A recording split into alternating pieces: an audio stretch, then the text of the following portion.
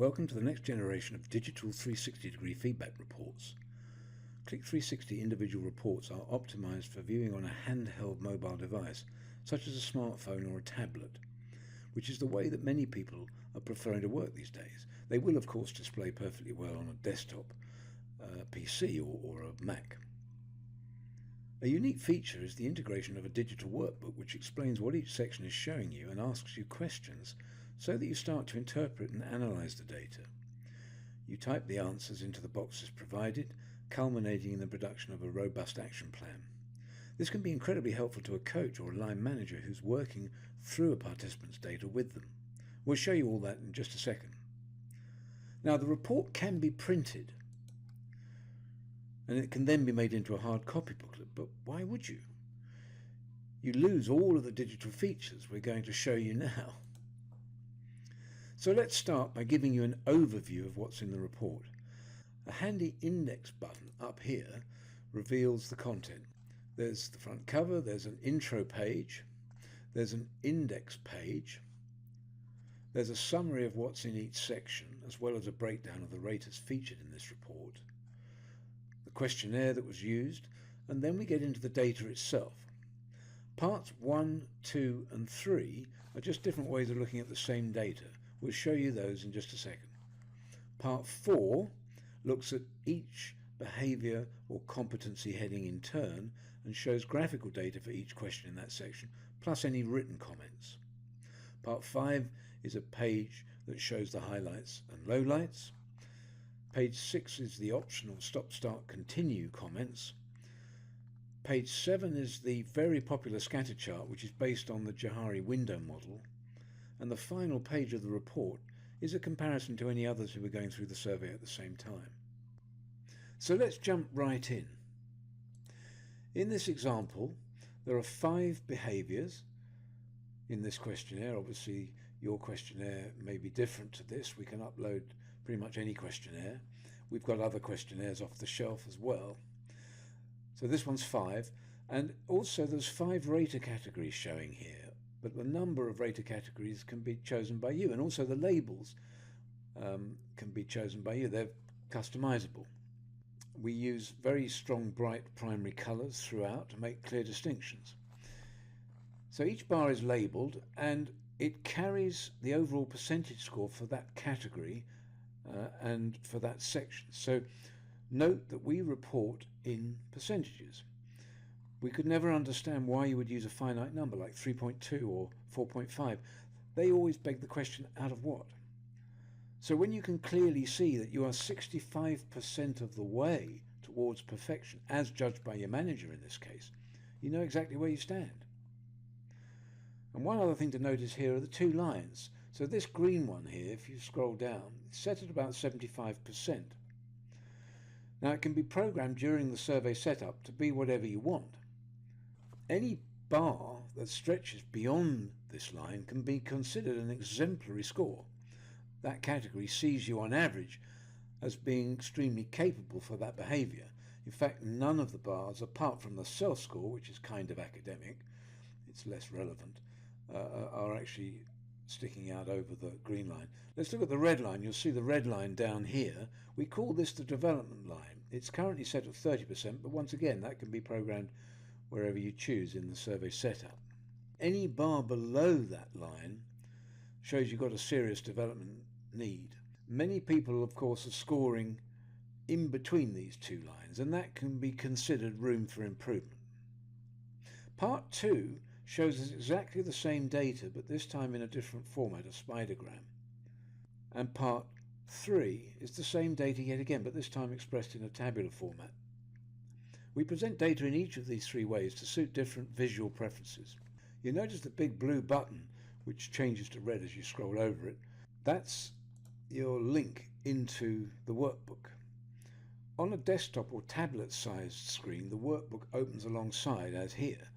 But on a smartphone or smaller tablets, the workbook sits on top of the report and you merely toggle between the 2.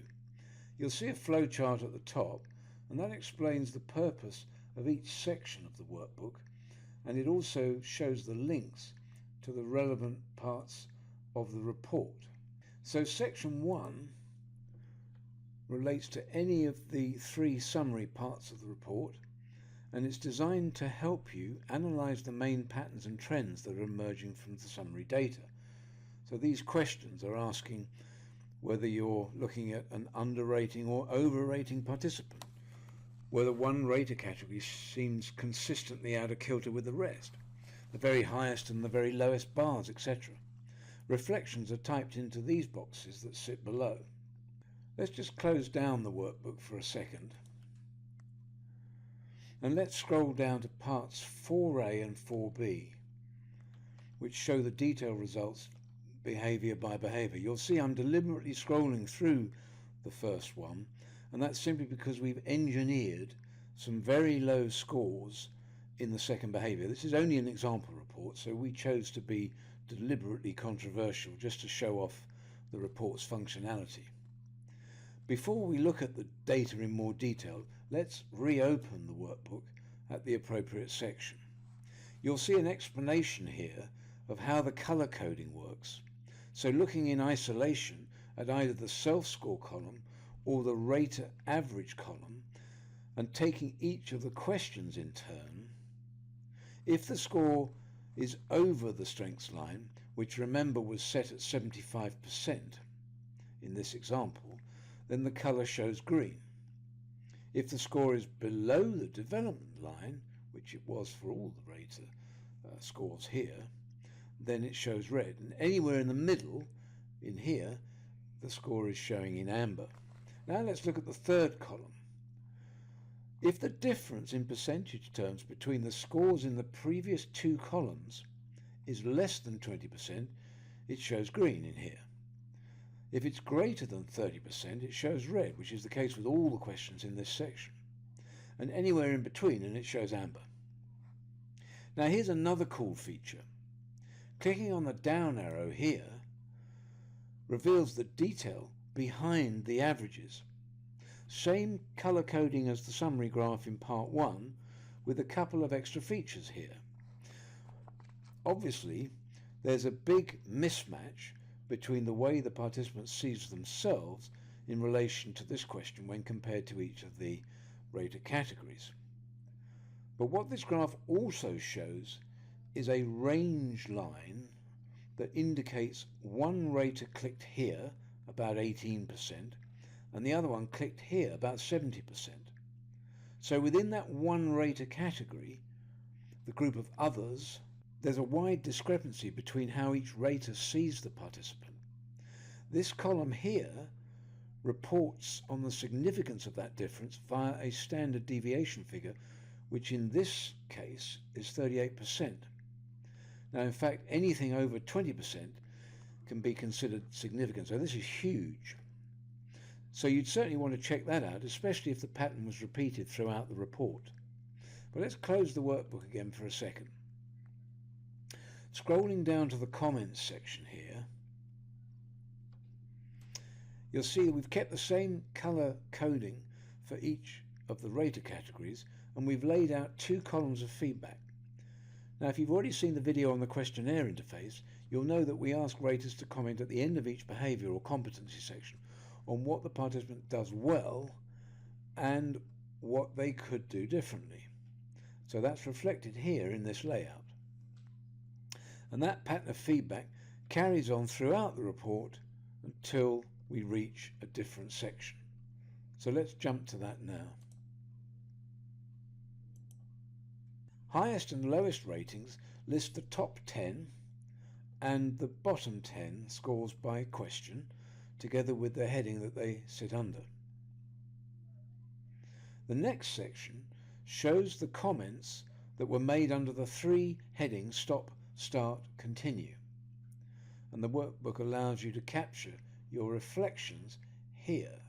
So if we open up the workbook, you've got all of that opportunity to write reflections here. Now we can scroll down to the scatter chart,